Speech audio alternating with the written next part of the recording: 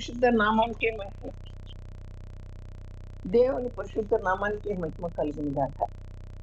మన ప్రభువును ప్రియ రక్షకులను ఆయన యేసు ప్రభు యొక్క నామంలో దేవుని సన్నిధికి కూడి వచ్చినటువంటి మీ అందరికీ కూడా పేరు పేరు వరుసన నా వందనాలు చెల్లిస్తున్నాను. అయితే నా ప్రియమైనటువంటి వాళ్ళరా, ఆ దేవాది దేవుడు ఆయన మనలను నిత్యరాజ్యానికి వారసులుగా చేయటం కోసం తన జీవాన్ని మనలో పెట్టి తన శాశ్వతమైన ప్రేమతో మనల్ని ప్రేమిస్తూ ఆయన కృప మనల్ని విడిచిపోనివ్వకుండా ఆయన మనతో ఉన్నందుకు, ఈ రీతిగా మనల్ని సమకూరుస్తున్నందుకు, ఈ సమయాన్ని మనకి ఇచ్చినందుకు, ఆయన నామాన్ని మహిమపరచడం కోసం, ఆయనను స్తుతించడం కోసం, ఆ లేఖన భాగాల ద్వారా మనం ఒక సత్యాన్ని మరి అనుసరించడం కోసం, నేర్చుకోవటం కోసం, ఆ లేఖనాలన్నింటినీ కూడా మన హృదయంలో పెట్టుకుని నడవటం కోసం దేవుడు ఇచ్చినటువంటి ఈ అనుకూల సమయం కొరకు ఇచ్చిన మనం తీర్చుకోలేం. కానీ రక్షణ పాత్రను చేతపట్టుకుని కృతజ్ఞతాస్తుతులు చెల్లించుతున్నాను ప్రభా. ఈ భాగ్యాన్ని పొందుకుని నా తండ్రి ముందుకు వెళ్ళగలిగిన కృపిస్తున్నావు. అలాగే ఈ భాగ్యాన్ని ఎందరో పోగొట్టుకుంటున్నారు ఆయన, మీకు స్తోత్రాలు. ఈ ధన్యతను ఎందరో పోగొట్టుకుంటున్నారు ప్రభా. ఆ పోగొట్టుకుంటున్నటువంటి ప్రజలందరినీ కూడా ప్రభా, మేము చెప్తే వినరు, కానీ మీరు వారి హృదయాలతో మీరు మాట్లాడి తీసుకురమ్మని అడుగుతున్నాను ప్రభా. అయితే నా ప్రియమైనటువంటి వాళ్ళ మనల్లో చాలా మందికి ఏముంటాయి, ఆత్మీయంగా, శారీరకంగా, మరి అలాగే నా ప్రియమైనటువంటి వాళ్ళ వచ్చినటువంటి సన్నిధికి వచ్చినటువంటి మనకు ఆత్మీయంగా, శారీరకంగా మరి మనకు చాలా ఇబ్బందులు ఉంటాయి. ఎలా అంటే ఆత్మీయంగా, శారీరకంగా, అంతేకాకుండా మనకు ఒక నిరుత్సాహము అనేటువంటిది కూడా మనకి కలుగుతూ ఉంటుంది. అది ఏంటి అంటే, నా ప్రియమైనటువంటి వాళ్ళరా, నన్ను ఎవరు గుర్తించట్లేదు, నాకెవరు విలువ ఇవ్వట్లేదు, నాకు ఎవరి ప్రేమ లేదు, నేను చేసే పనికి విలువ లేదు, నన్ను ఎవరు ప్రేమించట్లేదు, తల్లిదండ్రులు ప్రేమించట్లేదు, బిడ్డలు ప్రేమించట్లేదు, మరి భర్త భార్యని ప్రేమించట్లేదు అని చెప్పి మనకు మనోవేదన, ఎంతో మనోదుఖం ఉంటుంది. అవును నా ప్రియమైనటువంటి వాళ్ళగా, ఆ మనోదుఖం మనల్ని ఎక్కడికి తీసుకువెళ్తుందంటే, ఎందుకు బ్రతుకు అనేటువంటిది, ఎందుకు పరిస్థితులు అని చెప్పి అది మనల్ని నిరుత్సాహపరుస్తూ ఉంటుంది. ఆ మనోదుఖం మనం ఏం చేయాలి? మనం పోగొట్టుకోవాలి. మనిషి వైపు చూస్తే అది జరగదు, కానీ దేవుడి వైపు చూస్తే దేవుడు ఆ మనోదుఖం నుంచి మనల్ని విడిపిస్తాడు, మనల్ని విడిపించి నడిపిస్తాడు. నా ప్రియమైనటువంటి వాళ్ళరా, కనుక దేవుని యొక్క వాక్యంలో ఆత్మ సంబంధమైన వేదన అంటే పాప సంబంధమైనటువంటి వేదనలో ఉన్నాం మేము.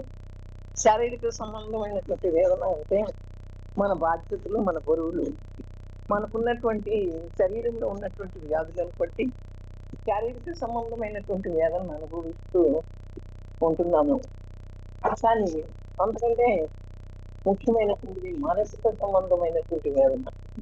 ఈ మానసిక సంబంధమైనటువంటి వేదన, నన్ను ఎవరు గుర్తించట్లా, నన్ను ఎవరు ప్రేమించట్లా, నేను చేసే పనికి విలువే లేదు, లేకపోతే నాకు నన్ను ఎవరు అంటే భర్త భార్యను ప్రేమించట్లా, భార్య భర్తను ప్రేమించట్లా, వారెవరు కూడా పిల్లలు వారిని ప్రేమించట్లా అనేటువంటి మనోవేదనతో ఉన్నటువంటి వారు చాలా మంది ఉంటారు.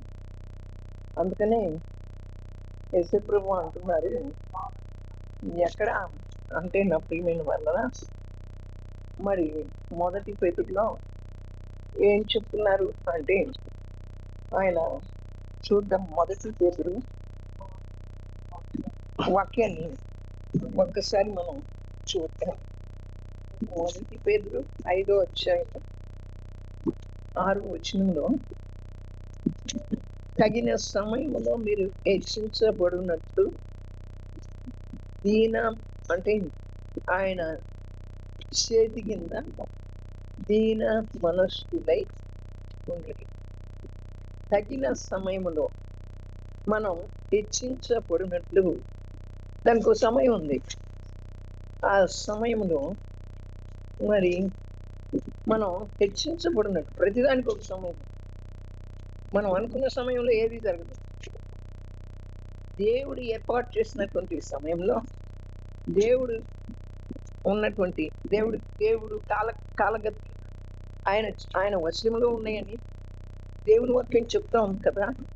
ఆ రీతిగా దేవుని సమయంలో, ఇక్కడ దేవుని యొక్క సమయంలో అవి నెరవేర్చబడతాయి. అప్పుడు వరకు మనం ఎలా ఉండాలి? ఓర్పుతో, ఓపికతో దేవుని వైపు చూస్తూ ఉండాలి నా ప్రియమైనటువంటి వాళ్ళరా. అందుకనే అక్కడ ఏమని రాయబడింది? తగిన సమయంలో మరి మీరు హెచ్చించబడినట్లు దీన మనస్కులై ఆయన యొక్క చేతి కింద ఉండండి అని దేవుని వాక్యం చెప్తా ఉంది. ఒకసారి మీరు తీసి చదువుతారా దాన్ని? చూడండి, మీ దగ్గర బైబిల్ ఉంటే పేతురు రాసిన మొదటి పత్రిక 5వ అధ్యాయం 6వ వచనంలో చూడండి అమ్మా. 5వ అధ్యాయము 6వ వచనంలో చూడండి, మీరు చదువుతారా? ఇక్కడ ఉంది, చూడండి మీరు. దేవుడు తగిన సమయమందు మిమ్మును హెచ్చించున్నట్లు ఆయన బలిష్టమైన చేతి క్రింద దీన మనస్కులై ఉండుడి. ప్రతిదానికి ఒక సమయం ఉందని ప్రసంగి గ్రంథంలో సొలొమోను మహారాజు చెప్తాడు. అంటే ఆకాశం కింద ఉంది, ఆ తర్వాత ఆకాశం పైన కూడా ఉంది. ప్రతిదానికి ఒక సమయం. ఈ భూమి మీద ఆకాశం కింద అంటే ఈ భూమి మీద నా ప్రియమైనటువంటి వాళ్ళరా, ఈ భూమి మీద ప్రతిదానికి ఒక సమయం ఉంది. ఆకాశం పైన అంటే దేవుని దగ్గర ఆయన నియమించినటువంటి ఆ సమయం, అది దేవునికి తెలియదు. కనుక ఇక్కడ ప్రతిదానికి ఒక సమయం ఉందని సొలొమోను మహారాజు చెప్తున్నట్లు ప్రసంగి గ్రంథంలో ఏమని చెప్తున్నాడు? మరి ఆ రీతిగా ప్రతిదానికి కూడా ఒక సమయం ఉంది. మరి ఆ సమయం రాంది ఏది కూడా జరగదు. ఆ సమయం రాంది ఏది కూడా జరగదు నా ప్రియమైనటువంటి వాళ్ళ. కనుక మరి ఆయన చెప్పినట్లుగా ఆ సమయం కోసం మనం ఎదురు చూసేటువంటి వరంగా ఉండాలి, వెయిట్ చేసేటువంటి వరంగా ఉండాలి.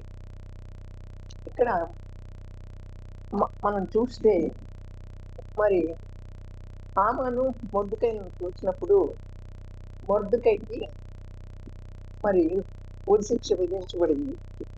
ఎందుకు ఉరిశిక్ష? ఉత్తమం తయారు చేశాడు హామాను. ఇక్కడ మొర్దెకై తన ప్రజల పక్షంగా రాజు ఒక శాసనాన్ని మరి తయారు చేశాడు. ఆ రాజు శాసనాన్ని బట్టి యూదా జాతి అంతా కూడా నశించిపోతుందని మొర్దెకై ఉపవాసం ఉండి ప్రార్థన చేస్తూ ఉంటాడు.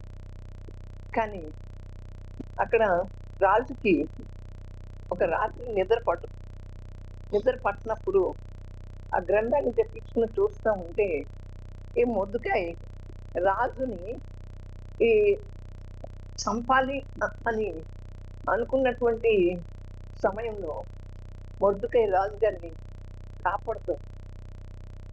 ఇక్కడ ఆ ద్వారాల దగ్గర ఉండేటువంటి వారు అందరూ కలిసి రాజుని చంపాలి అనుకుంటారు.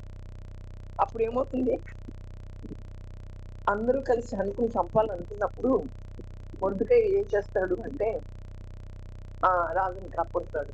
అది ఆ గ్రంథంలో రాయబడి ఉంది. ఎక్కడ రాయబడి ఉంది? ఆ గ్రంథంలో రాయబడి.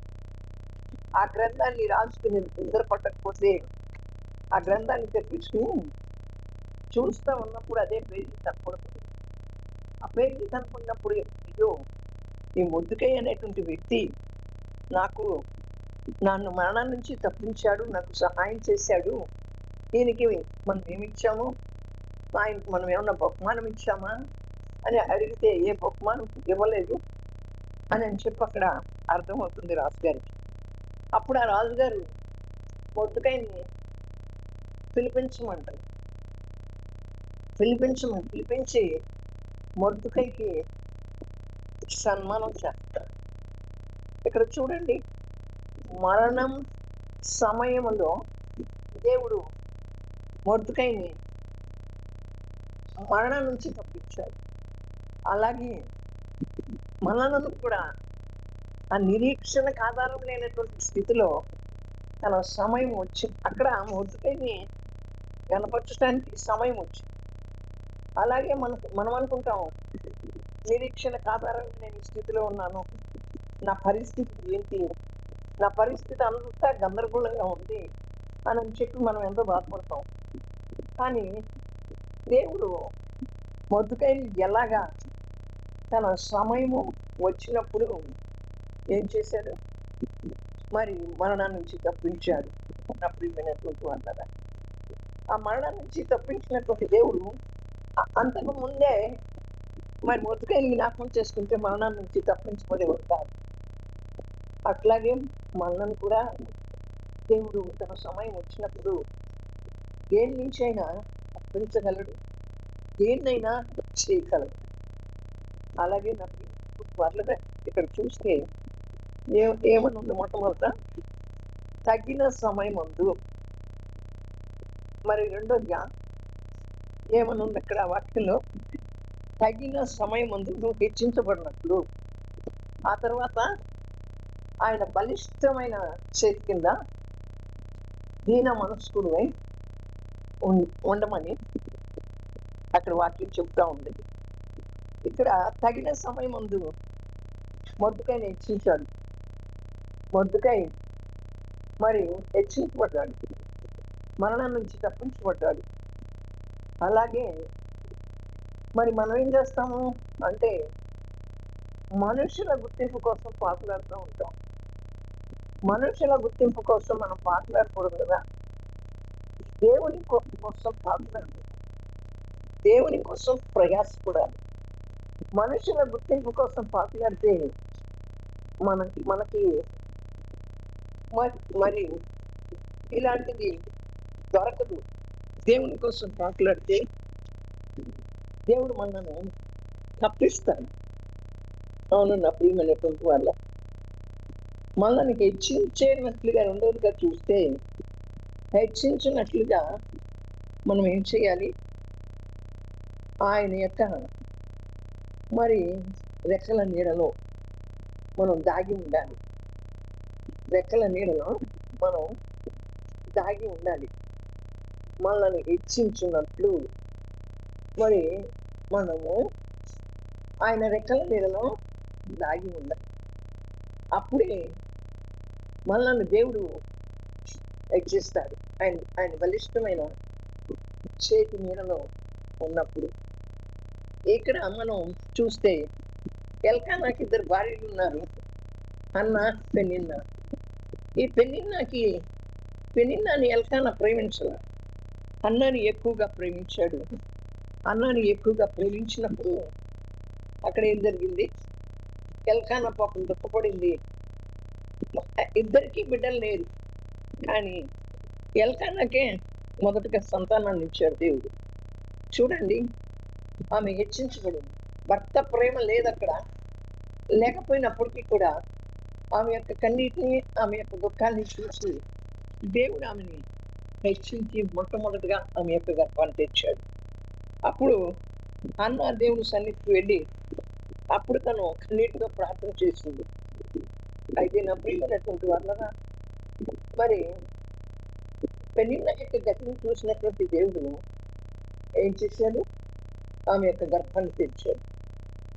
అలాగే మనం ఎంత ఎక్కువగా మనుషుల చేత మనం తృణీకరించబడతామో, ఎంత ఎక్కువగా మనుషుల వలన అసహించుకుంటారో, ఎంత ఎక్కువగా మనుషుల వలన తోసివేస్తారో, ఎంత ఎక్కువగా మనుషుల వలన నిందిస్తారో, ఎంత ఎక్కువగా మనుషుల వలన మరి ప్రేమించకుండా ఉంటారో, అప్పుడు దేవుడు మనకు నిశ్చయముగా తోడై ఉంటాడు. నా ప్రియమైనటువంటి వాళ్ళరా, అప్పుడు దేవుడు మన కొరకు వస్తాడు. అప్పుడు ఎంత ఎక్కువ మనం త్రోసివేయబడితే అంత మంచిది. ఎంత ఎక్కువగా నిందన అనుభవిస్తే అంత మంచిది. ఎందుకు? అప్పుడు దేవుడు మనకు తోడుగా వస్తాడు. అక్కడ ఆ పెనిన్న ప్రేమించబడాల భర్తతో. ఆమె దుఃఖపడింది. ఆమె దుఃఖపడినప్పుడు మరి ఆమెను చూసి, ఆమె దుఃఖాన్ని చూసి ఆమె గర్భాన్ని ఆయన ప్రేమించినటువంటి అన్నాకి గర్భాన్ని ఇవ్వలేదు, కానీ పిల్లల్ని ఇవ్వలేదు, కానీ పెనిన్నాకి ఇచ్చాడు. మరి నా ప్రియమైనటువంటి వాళ్ళ, అలాగే మోషే 40 సంవత్సరాలు మరి దేవునికి దూరంగానే బతికాడు. ఆ తర్వాత దేవుని దగ్గరకు వచ్చాడు. వచ్చిన తర్వాత మరి మోషే తన మామయ్య అయినటువంటి యిత్రో మందన కాస్తా ఉన్నప్పుడు దేవుడు ఆ పొద దగ్గర మాట్లాడి మోషేని హెచ్చించాడు. అలాగే దావీదుని కూడా దేవుడు హెచ్చించాడు. ఎలా హెచ్చించాడు? గొర్రెల కాపరిగా ఉన్నాడు దావీదు.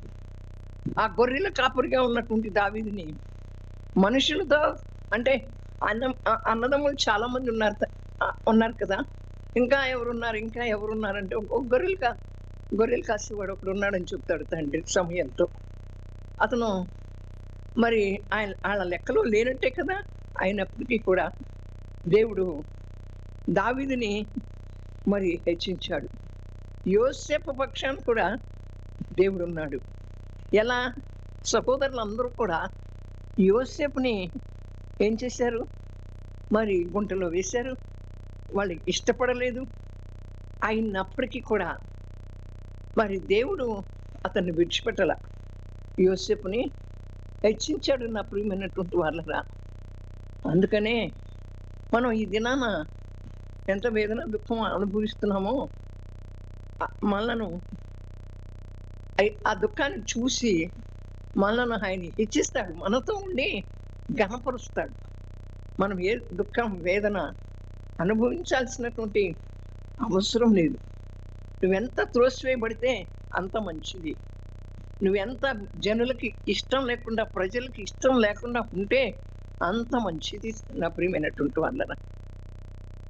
అలాగే చూస్తే ఆయన బలిష్టమైనటువంటి రెక్కల కింద, అంటే ఇక్కడ ఆయన బలిష్టమైనటువంటి చేతి కింద అన్నప్పుడు ఆ చెయ్యి, అంటే ఆ చెయ్యి